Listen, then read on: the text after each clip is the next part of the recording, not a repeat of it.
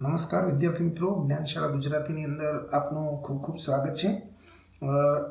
ભારતીય રાજ્ય વ્યવસ્થાના આ વિડીયો લેક્ચરની અંદર આપણે લગભગ 52 જેટલા પ્રશ્નોને જોવાના છીએ।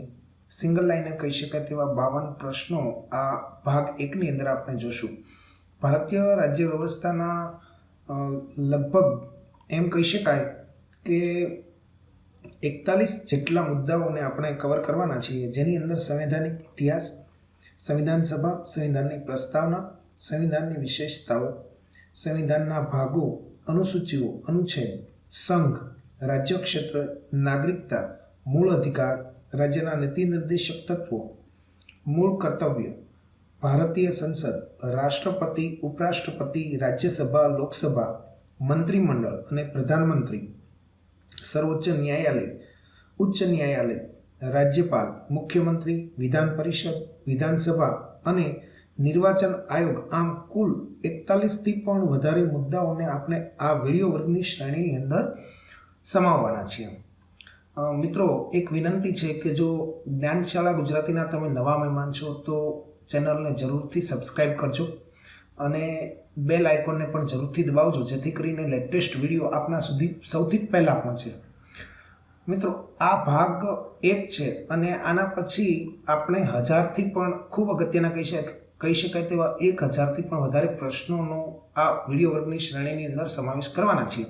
તો ચેનલને જરૂરથી સબસ્ક્રાઈબ કરી લેજો, જેથી કરી અને આપની પરીક્ષાની તૈયારીની અંદર આપને ખૂબ મહત્વનું માર્ગદર્શન મળી રહે, મહત્વના પ્રશ્નો સાંભળે। તો આવો જોઈએ આપણે। પ્રથમ છે, ડૉક્ટર બાબા સાહેબ આંબેડકર અને ગાંધીજી વચ્ચે 1932માં પુના કરારમાં કયું વિધાન મહત્વનું હતું? તો હરિજનો માટે આરક્ષણ સહિતનું મતાધિકાર। કઈ સાલમાં સુરત વિભાજન થયું? 1907માં। સર્વદલીય સંમેલન ક્યારે યોજાયું? 1928માં। પૂર્ણ સ્વરાજનો સંકલ્પ ક્યારે લેવાયો? 1929માં। કયા અધિનિયમથી અંગ્રેજ ગવર્નરને અધ્યાદેશ જારી કરવાની સત્તા અપાઈ? ભારતીય પરિષદ અધિનિયમ 1861। નીચે આપેલા વિકલ્પો જોડી અને સાચો ઉત્તર ટીક કરો। આવા પણ પ્રશ્નો ઘણી વખત પૂછાતા હોય છે। એ વિભાગમાં ઓગસ્ટ ઘોષણા, ઓગસ્ટ પ્રસ્તાવ, ઓગસ્ટ સંકલ્પ, પ્રત્યક્ષ કાર્યવાહી દિવસ અને બી વિભાગમાં lord લિલિથગો, lord Montagu, Mohammad Ali જિન્ના અને મહાત્મા ગાંધી। તો આની જોડી કંઈક આવી થાય છે, આપણા એનો ઉત્તર જોઈએ। તો ઓગસ્ટ ઘોષણા લોર્ડ મોન્ટેગ્યુ, ઓગસ્ટ પ્રસ્તાવ લોર્ડ લિનલિથગો, ઓગસ્ટ સંકલ્પ મહાત્મા ગાંધીજી, પ્રત્યક્ષ કાર્યવાહી દિવસ મોહમ્મદ અલી જિન્ના। રેગ્યુલેટિંગ એક્ટ ક્યારે પસાર થયું? સન 1773માં। ભારતનો પ્રથમ ગવર્નર જનરલ કોણ હતો? Warren Hastings. ભારતના ગવર્નર જનરલને કયા એક્ટ દ્વારા પોતાની સમિતિનો નિર્ણય અસ્વીકાર કરવાનો હક પ્રાપ્ત થયો હતો? તો 1786નો એમેન્ડમેન્ટ એક્ટ। મહારાણી વિક્ટોરિયાને ભારતની સામ્રાજ્ઞી ક્યારે નિયુક્ત કરવામાં આવી? સન 1858માં, વિપ્લવ પછી। 1857માં વિપ્લવ થયો, 1858માં વિપ્લવ પછી। દેશી રજવાડોની સ્થિતિ જેમની તેમ રહેવા સ્વતંત્ર રહેશે, આવું વિધાન કોના દ્વારા અપાયું? રાણી વિક્ટોરિયા દ્વારા। મોર્લે મિન્ટો સુધારા બિલ ક્યારે પસાર કરવામાં આવ્યું? તો સન 1909માં। મોર્લે મિન્ટો સુધારા બિલનો મુખ્ય ઉદ્દેશ્ય શું હતો? અલગ ચૂંટણી વ્યવસ્થા। મોર્લે મિન્ટો સુધારા 1909માં મુસલમાનો માટે શું ખાસ હતું? વધારાની ચૂંટણી મંડળની સ્થાપના। 1909માં આવેલા ઇન્ડિયન કાઉન્સિલ એક્ટમાં કઈ વ્યવસ્થા કરવામાં આવી? સાંપ્રદાયિક પ્રતિનિધિત્વ કરી શકાશે। સંઘીય પ્રણાલીનો પ્રથમ પ્રયત્ન ભારત સરકાર દ્વારા કઈ સાલમાં કરવામાં આવ્યો હતો? સન 1935માં. ભારતમાં સચિવનું પદ કયા અધિનિયમ દ્વારા નક્કી થાય છે? ભારત સરકાર અધિનિયમ 1858.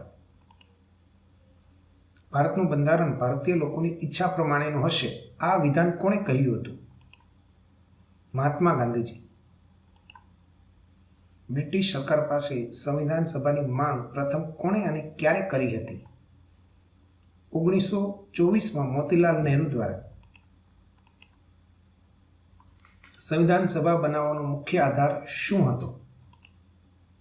Cabinet mission plan 1946. ભારતીય રાષ્ટ્રીય કોંગ્રેસ દ્વારા કયા અધિવેશનમાં સંવિધાન સભા બનાવવાની માંગ થઈ? 1936ના ફૈઝપુર અધિવેશનમાં. કેબિનેટ મિશન યોજના અનુસાર સંવિધાન સભામાં કુલ કેટલા સભ્યો હતા? 389 કુલ સભ્યો. આ આગળના જે કાંઈ પ્રશ્નો હતા એ ભારતના સંવૈધાનિક ઇતિહાસને લગતા હતા મિત્રો, અને હવે જે આપણે જોશું એ સંવિધાન સભાને લગતા પ્રશ્નો જોશું. તો સન 1947માં સંવિધાન સભામાં કુલ કેટલા સભ્યો રહ્યા હતા? સભ્ય સંખ્યા 299. સંવિધાન સભામાં દેશી રજવાડાઓના કેટલા સભ્યો પ્રતિનિધિત્વ કરતા હતા? 70. સંવિધાન સભામાં કયા પ્રાંતનું પ્રતિનિધિત્વ સૌથી વધુ હતું? સંયુક્ત પ્રાંતનું. કયા દેશી રજવાડાએ સંવિધાન સભામાં ભાગ ના લીધો? હૈદરાબાદ રાજ્ય.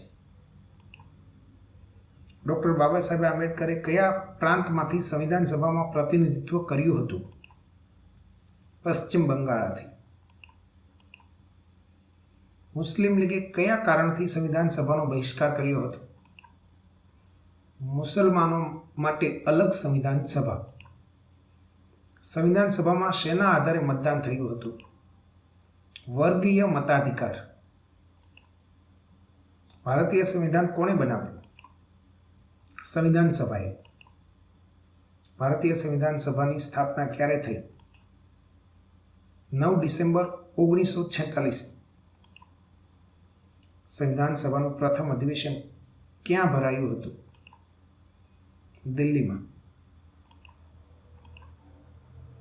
સંવિધાન સભાનું પ્રથમ સત્ર 26 નવેમ્બર 1946માં.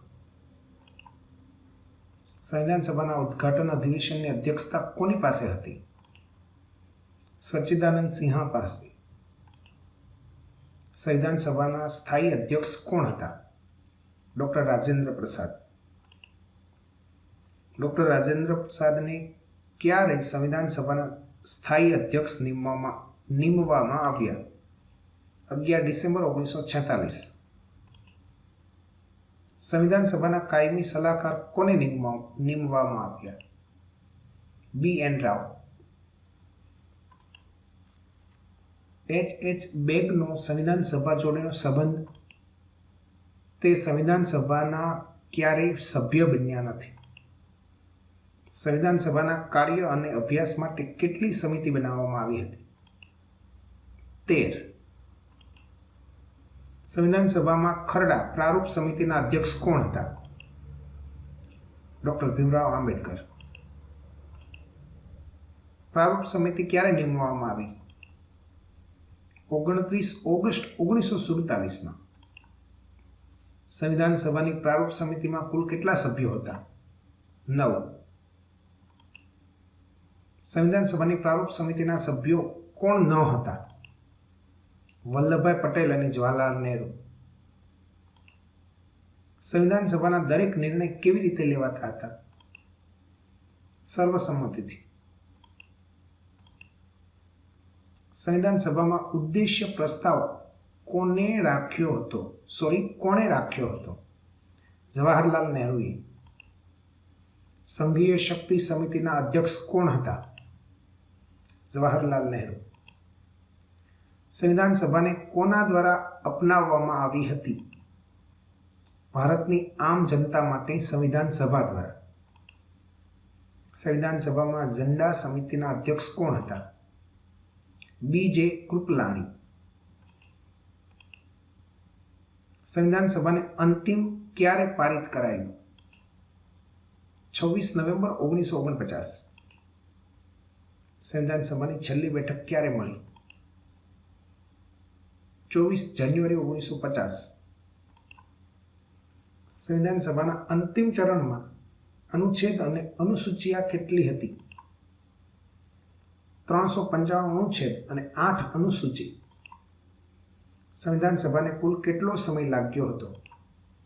2 વર્ષ 11 મહિના અને 18 દિવસ.